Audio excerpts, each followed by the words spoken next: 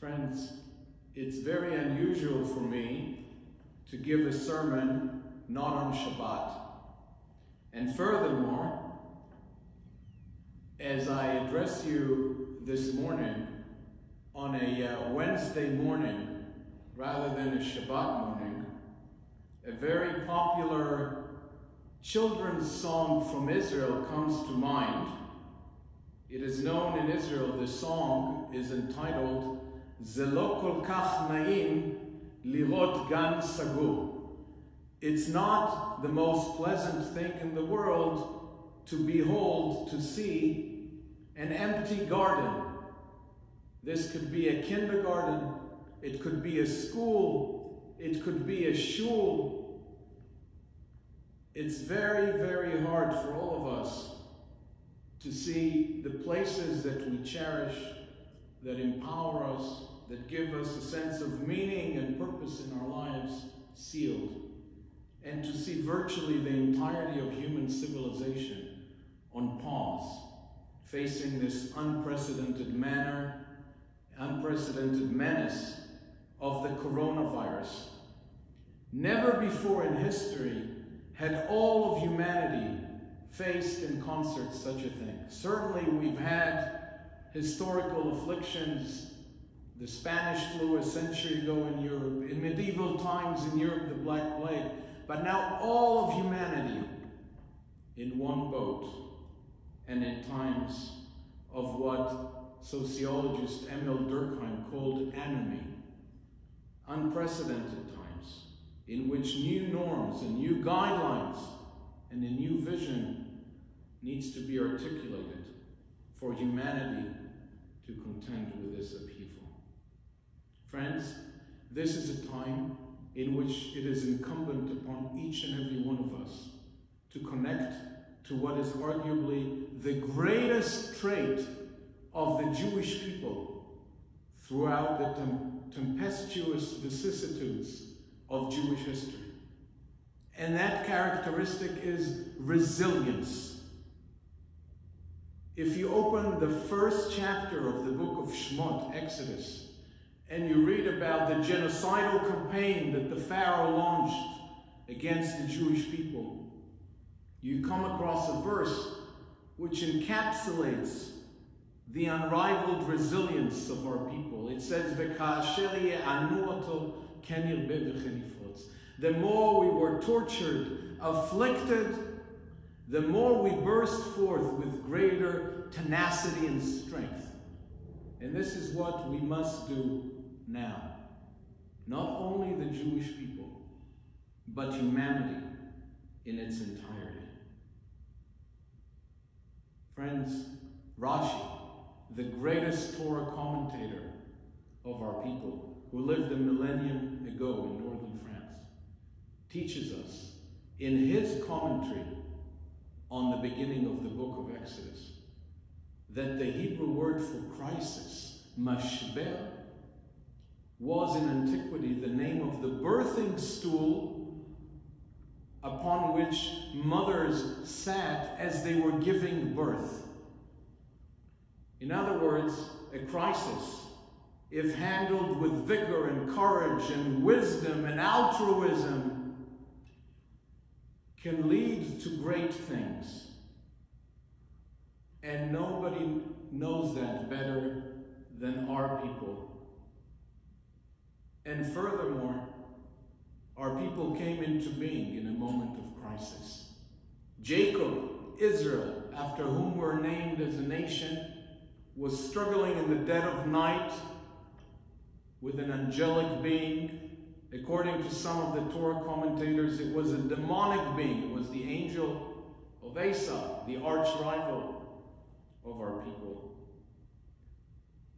And during the darkest of hours, Jacob, Israel, says to this being, Lo ashalechecha ki im berechtani.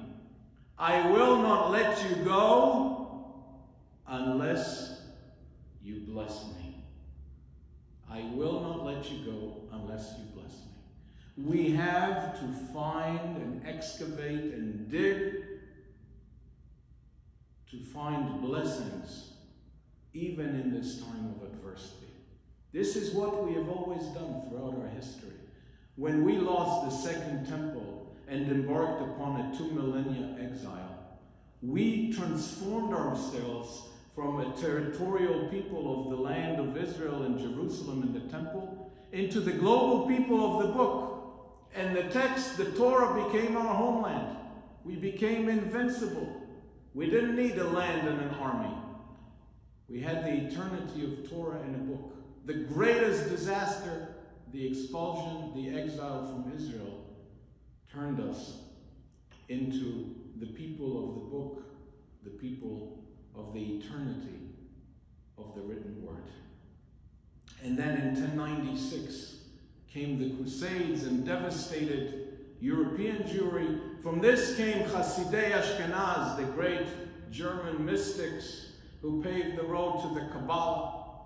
And in 1492, we lost Spain. As a result, in the 1500s came the Kabbalah of Tzfat, Rabbi Isaac Luria, the notion of Tikkun Olam. And last but not least, 3 years after the ovens in Auschwitz were extinguished, there emerged the State of Israel. So please remember that from the darkest places and from the darkest hours, we, humanity, can excavate great gifts. We can reappreciate the commonality of all humans.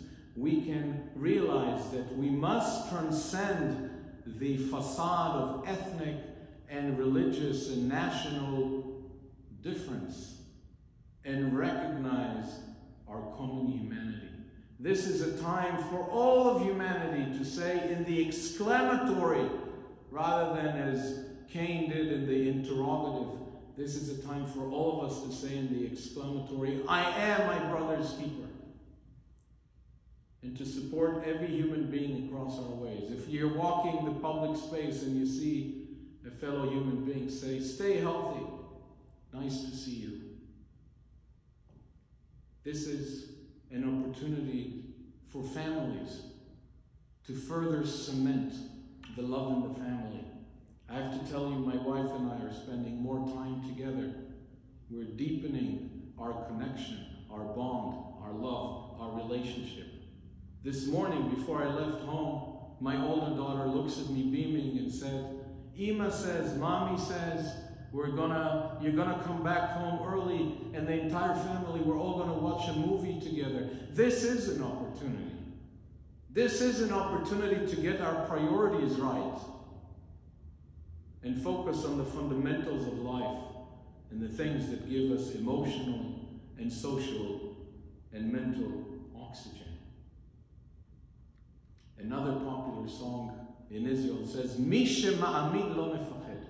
He who has faith in God or in the invincible spirit of humanity has no fear.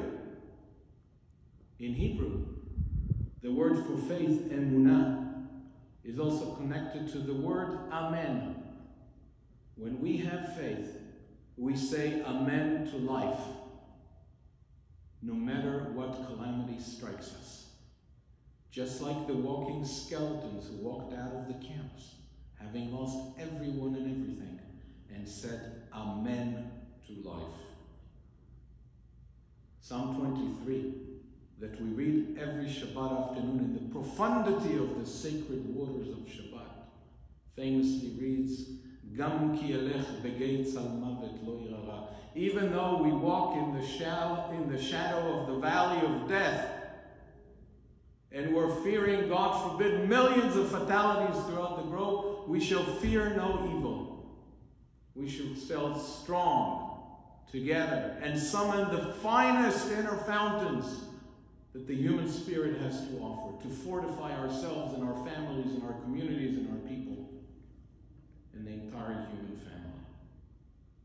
Friends, I conclude my loving words to you on a weekday before Shabbat by reflecting on the fact that this Shabbat, as we conclude the book of Exodus, the book of freedom and liberty and dignity and purpose, We read two Torah portions this Shabbat. Vayakhel Pikudei. Vayakhel means let us gather. Let us gather together with those closest to us and cherish them and embrace them and celebrate them and express it to them more than ever before. And let us also harness the technology of our time to gather soulfully like we are now, even though the sanctuary only includes one other person except me right now taking this video. I can feel all of you here. Let us also gather soulfully through technological means and others.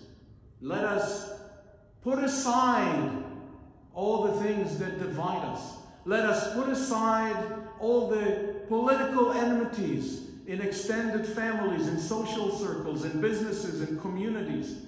Let us see the finest things in each other. Surely we all have redeeming qualities. Surely deep inside we all wish each other health and well-being.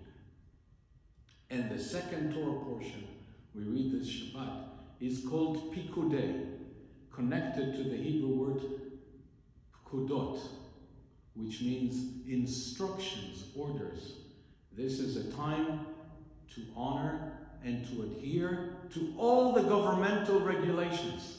As our sages taught us many centuries ago, Dina de Malchuta Dina. The law of the land is the law.